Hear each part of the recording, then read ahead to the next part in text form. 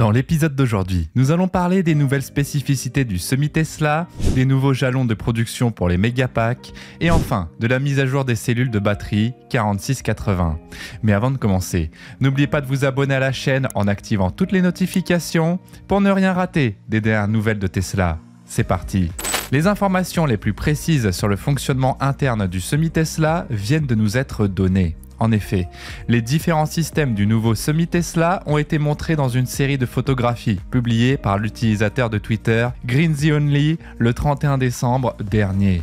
Les images ont apparemment été tirées du catalogue de pièces détachées en ligne de Tesla. En fait, GreenZionly parle beaucoup des packs de batterie modulaires qui, selon lui, peuvent supporter près de 1000 volts. D'ailleurs, on peut voir de multiples systèmes disséminés sur les photos, notamment les deux essieux arrière portant les marques Torque et Efficiency, ainsi que les modules de refroidissement massif. Nous pouvons identifier l'essieu d'efficacité avec son moteur unique à l'arrière et l'essieu de couple avec une paire de moteurs juste devant. Cet essieu de couple ne serait engagé que lorsque le véhicule est soumis à une charge ou à une accélération lourde. Sinon, l'essieu d'efficacité qui est optimisé pour des vitesses d'autoroute constantes et ce sur quoi fonctionne le semi-remorque. En ce qui concerne le refroidissement, il semble y avoir un grand réservoir de liquide de refroidissement près du port de charge. C'est logique si l'on considère que Tesla chargera ses semi-Tesla à un taux d'environ 1 MW. En outre, le fait que les énormes batteries soient divisées en 3 sous-packs est un autre élément qui semble orienter les gens vers la composante de modularité. Les images sur Twitter et ce tableau publié par Next Big Future le 29 décembre dernier ont permis de confirmer la modularité de ce nouveau pack de batteries. Les deux entrées différentes, une variante de 805 km et une variante de 485 km, auraient pu signifier que Tesla avait déjà conçu une batterie plus petite pour le semi et était prêt à produire les deux. Mais l'image du catalogue de pièces que Greenvey a déterré nous montre que Tesla était plus intelligent que cela. Ils ont créé des sous-packs qui peuvent être déconnectés et supprimés en fonction des besoins de l'utilisateur.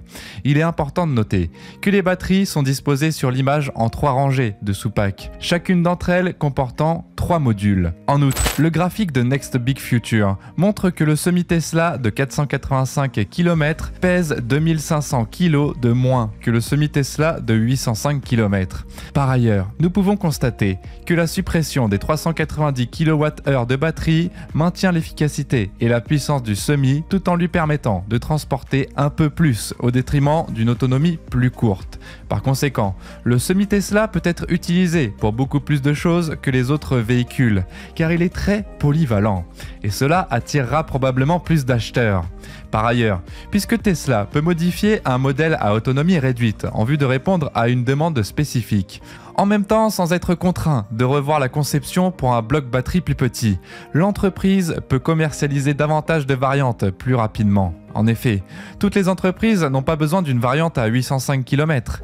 Aussi, il ne faut pas oublier que la capacité du semi-Tesla qui a été montrée lors de l'événement de livraison en décembre dernier est renforcée par d'autres facteurs très intéressants dont nous disposons et qui ne sont pas forcément liés à la batterie.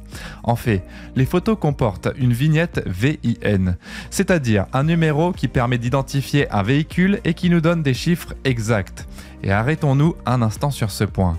Il faut savoir que cette étiquette, comme celle de tout autre véhicule, contient des informations sur le poids total autorisé en charge, la pression des pneus et les dimensions de la jante. Et il est évident que ces informations nous intéressent. D'abord, la capacité de charge du semi-Tesla est de 22 tonnes sur l'étiquette. Cela signifie que le semi-Tesla peut fonctionner en toute sécurité avec cette charge maximale, qui comprend les accessoires, le poids du conducteur, les fluides, à savoir le liquide d'essuie-glace sauf l'essence, ainsi que toute charge sur le semi lui-même. Et ce n'est évidemment pas si terrible d'avoir une capacité de près de 22 tonnes. Par comparaison, la majorité des gros camions contemporains, comme le Peterbilt 579, ont un poids nominal brut de 36 tonnes. Toutefois, ce sont des modèles haut de gamme, destinés au long trajet.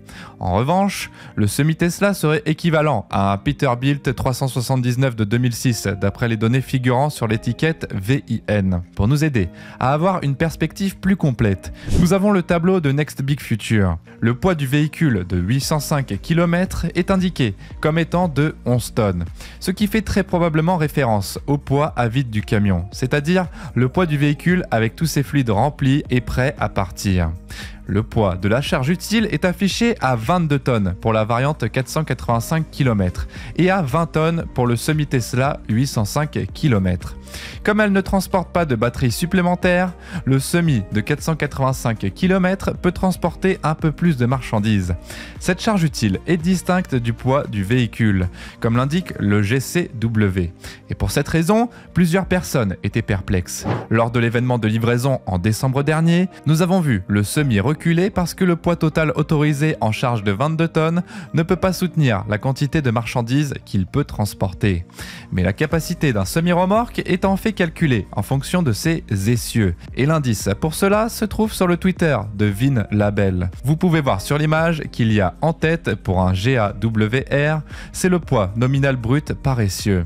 Et ces chiffres s'alignent pour montrer que le poids nominal brut total du tracteur est réparti sur les essieux, le tube arrière fournissant la majeure partie de la capacité. Ainsi, alors que le PNBV des semi-remorques est calculé pour inclure des éléments tels que les branchements de la remorque et la force qu'ils transmettront au véhicule, les essieux de la remorque s'ajoutent au PNBV global du véhicule, le portant à environ 37 tonnes, là où Elon Musk a dit qu'il devrait être. Alors que nous comptons toujours davantage sur les internautes pour obtenir des chiffres solides, nous voyons de plus en plus de données brutes maintenant que le semi est sorti dans le monde. Il est encourageant de voir que la plupart des données rassemblées par la communauté l'année dernière correspondent réellement avec les références officielles. Et il est particulièrement intéressant de voir les données présentées dans ce graphique montrant à quel point la Tesla Semi est plus efficace que tous les autres concurrents. D'ailleurs, il est important de noter le travail remarquable qu'a réalisé l'équipe de Tesla sur ce nouveau secteur. De plus, ils ne s'arrêtent pas là et continuent de nous épater et de mettre un coup d'accélérateur avec leurs prochaines réalisations prévues. Notamment les objectifs de la Megafactory de Lathrop en Californie, qui souhaite produire 10 000 MWh par an, ce qui correspond aux précédentes rumeurs de novembre dernier sur le plan de production de l'entreprise. La nouvelle usine est donc incontestablement responsable de l'augmentation de la production. Les Megapacks étaient auparavant fabriqués dans la Gigafactory de Nevada, qui était censée en produire environ 2100 par an. Mais au cours des dernières années, la demande pour les Megapacks de Tesla a considérablement augmenté. Avec l'ouverture d'installations en Californie, au Canada, en Australie, à Hawaï, en Slovénie, en Belgique et en Angleterre, le Megapack est désormais utilisé par un grand nombre de nations, d'États et de villes pour renforcer leur système électrique ou pour reconstruire complètement des infrastructures obsolètes. D'une certaine manière, Hawaï a fini par vaincre l'énergie du charbon en utilisant ces Megapacks. En outre, une petite centrale Megapack a récemment été mise en place dans une petite ville belge pour remplacer un générateur datant de la Seconde Guerre mondiale. Ceci afin que le réseau puisse faire face aux pics de consommation ou aux charges d'urgence. Il faut reconnaître que Tesla semble avoir été un peu pris au dépourvu par cette ruée de nouveaux clients. Toutefois, Tesla aurait déclaré en décembre dernier que les nouvelles commandes de Megapack ne seraient pas livrées avant fin 2024 au plus tôt. Voilà une nouvelle fantastique, car cela signifie que Tesla utilisera presque certainement la totalité de sa nouvelle capacité de 10 000 unités. Chaque machine coûte plus de 2 millions de dollars, donc s'ils peuvent remplir toutes les commandes, ils pourraient générer plus de 20 milliards de dollars de revenus supplémentaires. Par ailleurs, Elon Musk, le PDG de l'entreprise, a déclaré par le passé que le besoin de stockage de l'énergie était presque infini et que les services énergétiques de Tesla pourraient finir par rapporter plus d'argent que sa flotte de voitures. Et c'est probablement à cause du fait que le monde ait besoin de réponses pour moderniser les infrastructures énergétiques obsolètes et passer à des sources d'énergie plus vertes.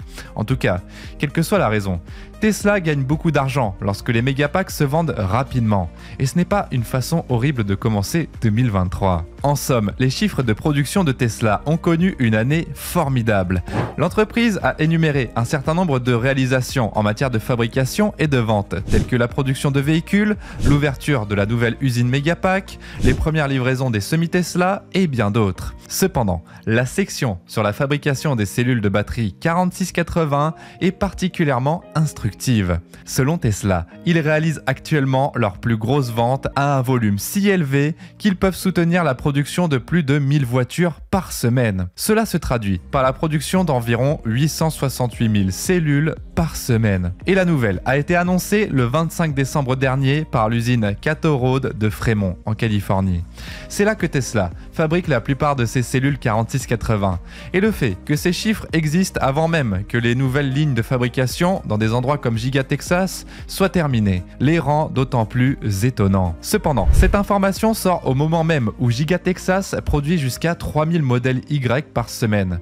L'amélioration de la production de la 4680 a sans aucun doute contribué à atteindre cette étape. Toutefois, nous ne savons pas dans quelle mesure, car Giga Texas produit à la fois les cellules 4680 plus récentes et les cellules 2170 plus anciennes.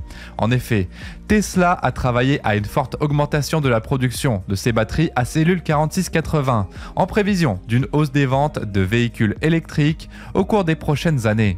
Effectivement, des pays comme les États-Unis ou d'autres pays d'Europe commencent à adopter des lois pour encourager les gens à acheter leurs véhicules plus écologiques.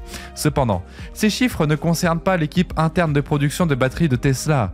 Pour l'instant, Panasonic, un partenaire qui s'apprête à lancer la construction de sa propre nouvelle usine de production de batteries aux États-Unis, fournit encore une certaine assistance à Tesla. Le modèle Y est actuellement la seule voiture qui utilise la cellule 4680.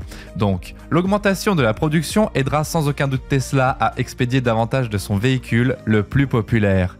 Mais si Tesla et ses partenaires parviennent finalement à créer plus de cellules que la modèle Y n'en a besoin, l'augmentation de la production pourrait permettre d'équiper d'autres modèles plus récents. Et vous, que pensez-vous de ces nouvelles? Merci d'avoir regardé cette vidéo et n'oubliez pas de vous abonner en activant toutes les notifications pour ne rien rater des dernières actualités de Tesla.